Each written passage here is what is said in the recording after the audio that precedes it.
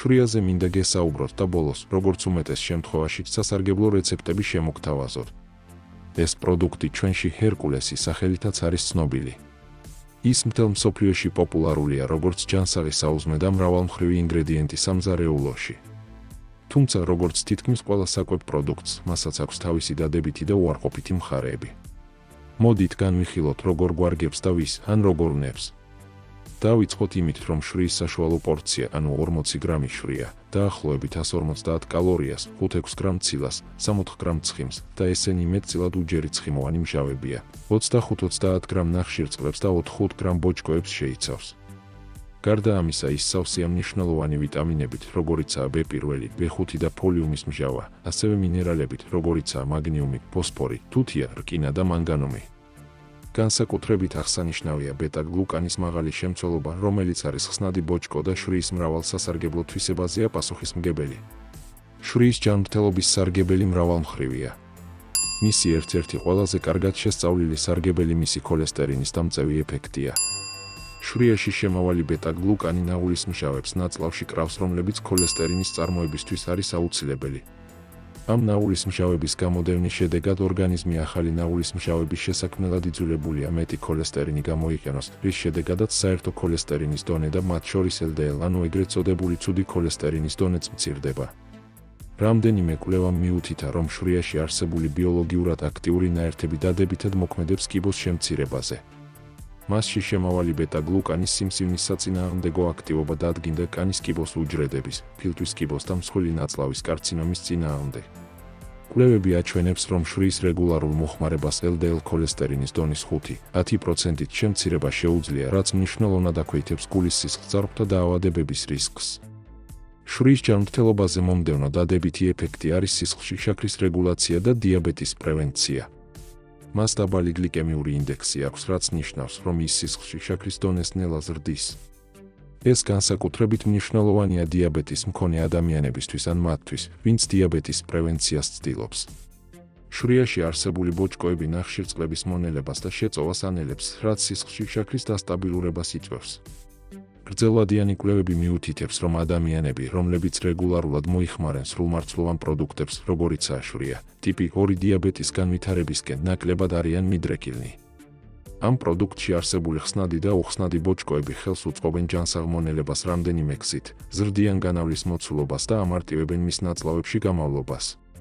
მოქმედებენ როგორც პრებიოტიკები, რომლებიც ხელს უწყობენ ჯანსაღი ნაწლავური ბაქტერიების ზრდას, შეუძლიათ თავიდან აიცილონ შეკრულობა და გააუმჯობესონ ნაწლავების ჯანმრთელობა.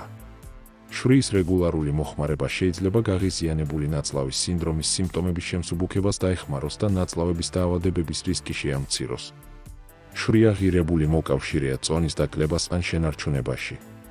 მასში არსებული ნახშირწყლებისა და ბოჭკოების კომბინაცია ხანგრძლივ დანაყრების შეგრძნებას უზრუნველყოფს, ამცირებს მოულოდნელი შიმშილის შეტევებს და შედეგად ნაკლებს ჭამთ. გარდა ამისა, შვრია შეიცავს ცილებს, რომლებიც ასევე ხელს უწყობენ დანაყრებას და კუნთების ზრდას სტიმულირებენ. იმის გამო, რომ შვრია შედარებით დაბალკალორიულია და ამასთან მაღალი ნუტრიენტული ღირებულება აქვს, ის დაბალანსებული და ჯანსაღი კვების დროს ან წონის კონტროლისთვის ღირებული პროდუქტია. როგორც ზემოთ აუნიშნეთ, შვრია შეიცავს ბეტა-გლუკანებს, რომლებიც არა მხოლოდ ქოლესტერინის დონეზე ზემოქმედებენ, არამედ იმუნომოდულაციურ თვისებებსაც ფლობენ.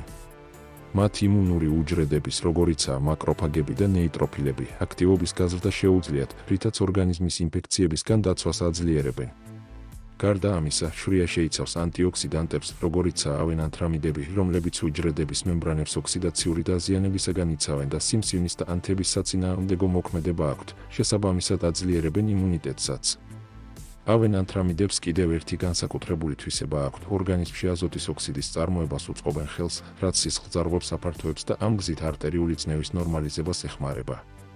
ანთების საწინააღმდეგო თვისებების გამო ის პოპულარული ინგრედიენტია კანის მოვლაში.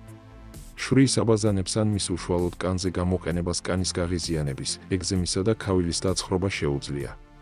გარდა ამისა, შვრიაში შემავალ საპონინებს ასევე აქვთ გამწმენდი თვისებები და კანის ზედმეტი ცხიმისგან გათავისუფლება შეუძლიათ, რაც სასარგებლოა ცხიმიანი კანისა და აკნესთვის. ეხლა კი პოტენციური უარყოფითი მხარეებისა და რისკების შესახებ.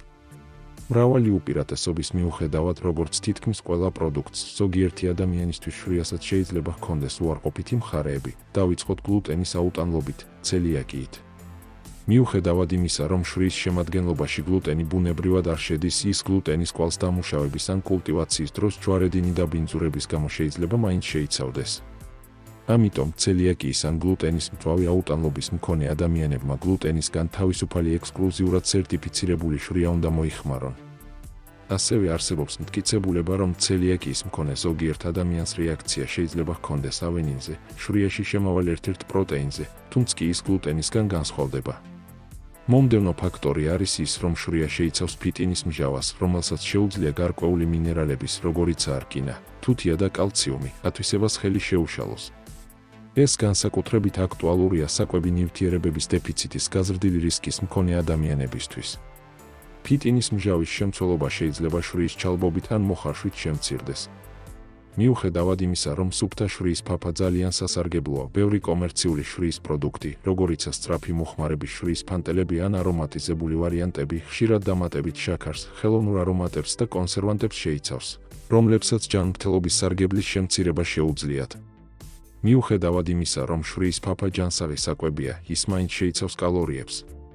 გადაჭარბებულმა მოხმარებამ, განსაკუთრებით დანამატებით, როგორიცაა სიროფი, შაქარი ან ცხიმიანი თხილეული, შეიძლება კალორიების უკონტროლო მიღება გამოიწვიოს.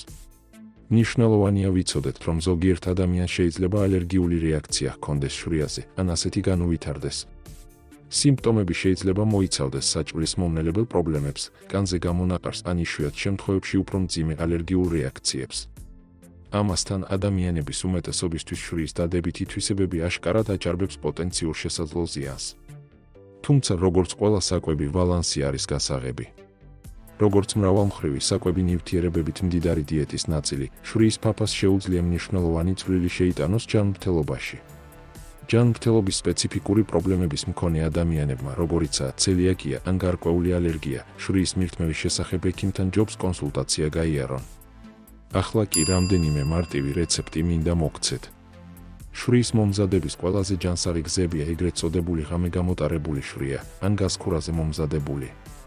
მიუხედავად მომზადების მეთოდისა, აუცილებელია შვრიისა და სითხის სწორი თანაფარდობა, როგორც წესი 1:2 პროპორციით, ანუ 1 წილ შვრიაზე 2 წილი წყალი ან რძე გამოიყენეთ. თანაც გაბრტყელებული ან როგორც მას კიდევ ეძახიან, ნაგლინი შვრია ჯობს გამოიყენოთ. ღამეგამოტარებული შვრიისთვის ზემოთ აღნიშნული პროპორციით ნაგლინი შვრია და რძე, ძროხის ან მცენარეული, აურიეთ და მათი ვარში მინიმუმ 2 საათის განმავლობაში შედგით. დილით მიირთვით.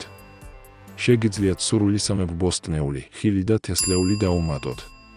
რაც მოხარშულ შვრიას შეეხება, მის მოსამზადებლად წყალი ან რძე აადუღეთ, დაუმატეთ შვრია, ტემპერატურას დაუწიეთ და დაახლოებით 5 წუთი ხარშეთ. დრო და დრო მოურიეთ. შვრია უნიკალური პროდუქტია იმ გაგებითაც, რომ ის ბოსტნეულითაც შეგიძლიათ მოამზადოთ და ხილითაც. მაგალითად შეგიძლიათ დაუმატოთ ისპანახი. ან შეგიძლიათ დაამატოთ ეგრეთ წოდებული ტოპინგები, როგორიცაა ანტიოქსიდანტებით მდიდარი ხილი ან კენკრა.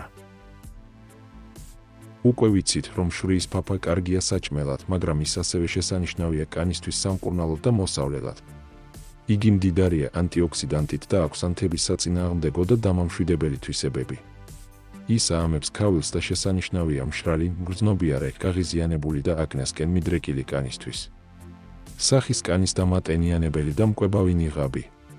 დაგჭირდებათ ნახევარი ბანანი. 1 სუფრის კოვზი თაფლი. 2 სუფრის კოვზი შვრია. ბლენდერში აურიეთ ბანანი, თაფლი და შვრია. კანზე 15 წუთით დაიდეთ. ბოლოს თბილი წყლით ჩამოიბანეთ და სახე ნაზად შეიმშრალეთ. დამატენიანებელი კრემი წაისვით. შეგიძლიათ კვირაში 2 ჯერ გაიმეოროთ. კანის მკვებავი და დამამშვიდებელი ნიღაბი. დაგჭირდებათ 1 სუფრის კოვზი მწიფე ავოკადო, 2 სუფრის კოვზი შვრიის ფაფა, 1 სუფრის კოვზი ქოქოსის ზეთი და 1/4 ლიმონის წვენი. შვრიის ფაფა ბლენდერში დააკუცმაცეთ.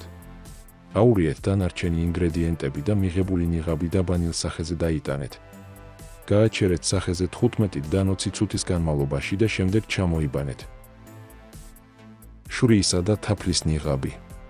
დაგჭირდებათ 1 სუფრის კოვზი შვრიის ფაფა, 1 ჩაის კოვზი თაფლი, 10 წვეთი ჟოჟობას ჩაის ხის ზეთი. ცოტაოდენი ლიმონის ცედრა.